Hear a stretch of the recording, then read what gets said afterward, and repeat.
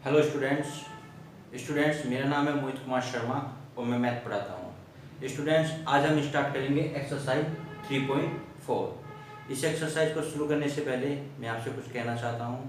Students यदि आपको जितना मैंने पढ़ाया है इनमें किसी भी क्वेश्चन में या किसी भी टॉपिक में आपको कोई प्रॉब्लम है या कोई क्वेश्चन आपको समझ में नहीं आया है तो आप अपनी क्वेरी को नीचे कमेंट्स में लिख सकते हैं। मैं जल्दी से जल्दी उस क्वेरी को सोल्व करने की कोशिश करूंगा और जल्दी से ही आपको उसका सॉल्यूशन प्रोवाइड करूंगा।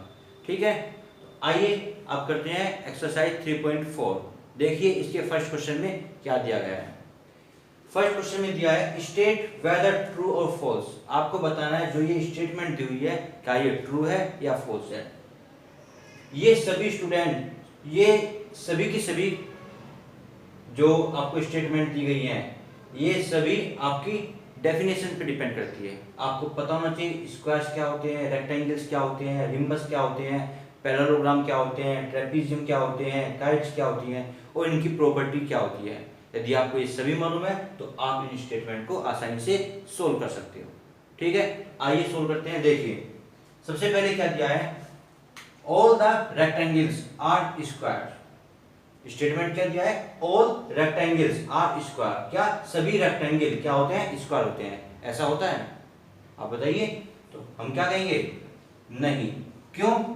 क्योंकि रेक्टेंगल्स में अपोजिट साइड्स इक्वल होती है, बट स्क्वायर के लिए होने के लिए क्या चाहिए, स्क्वायर के लिए सभी की सभी साइड इक्वल होनी चाहिए। लेकिन रेक्टेंगल की सभी साइड इक्वल नहीं होती तो हम रेक्टेंगल्स को स्क्वायर नहीं कर सकते। तो ये स्टेटमेंट कैसी है, फॉल्स।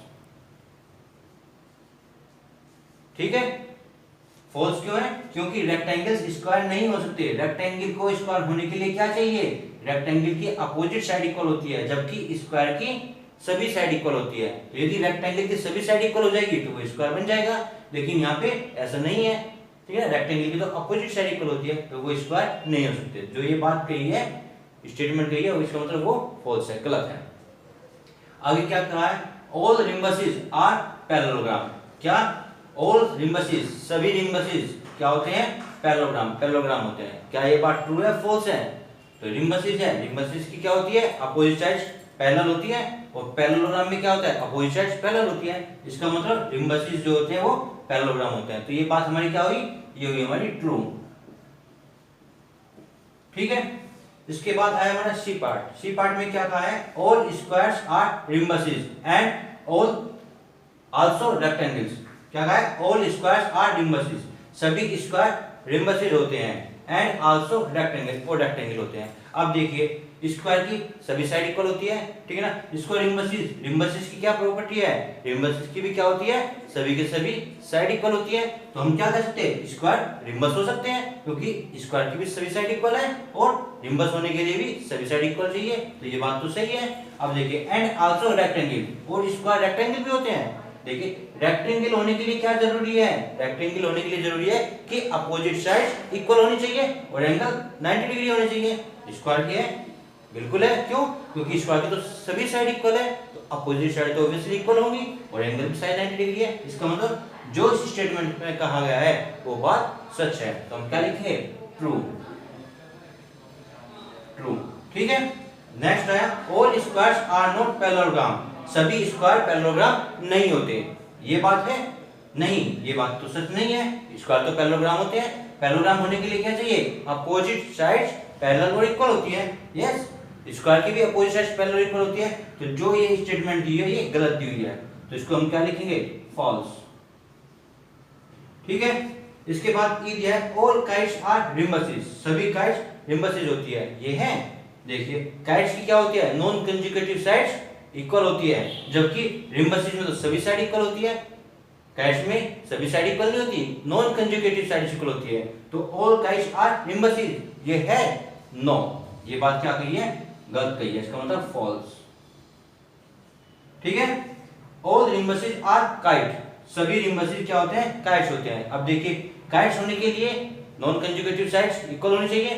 रिम्बसेस की तो सभी साइड इक्वल है तो नॉन कंजुगेटिव साइड तो ऑब्वियसली इक्वल होगी। तो इसका मतलब ये बात क्या है, ट्रू।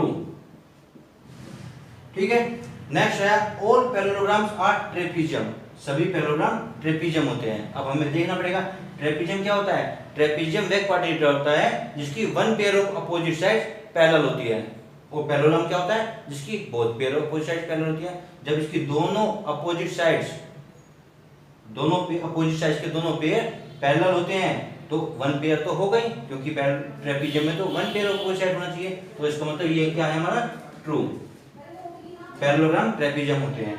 और स्क्वायर्स आर ट्रेपीजियम, सभी स्क्वायर ट्रेपीजियम होते हैं। देखिए स्क्वायर में क्या है, ट्रेपीजियम में मैंने अभी बताया one pair of opposite sides कैसे होनी चाहिए, पैरेलल होनी चाहिए। और स्क्वायर में क्या है, स्क्वायर में तो both pair of opposite sides parallel है, क्योंकि स्क्वायर तो पैरेललोग्राम होता है, ठीक है ना। तो इसका मतलब स्क्वायर हमारा ट्रेपीजियम भी होगा। तो क्या होगा, ये भी हमारा ट्रू होगा, ठीक है। इस प्रकार इन सभी स्टेटमेंट को हम करते हैं। आपने देखा इन सभी स्टेटमेंट में हमें इन क्वाड्रिलेटरल्स की, जो स्क्वायर है, पैरेललोग्राम है, रेक्टेंगल है, रिम्बस है, काइट्स है और ट्रेपीजियम है, इनकी प्रॉपर्टीज के बारे में यदि हमें पता है सभी के बारे में, तो हम आसानी से इस क्वेश्चन को सोल्व कर सकते हैं। आई होप आपको ये क्वेश्चन समझ में आया होगा। अगर आपको मेरी वीडियो अच्छी लगी हो तो प्लीज लाइक, शेयर और सब्सक्राइब जरूर कीजिए। Thank you.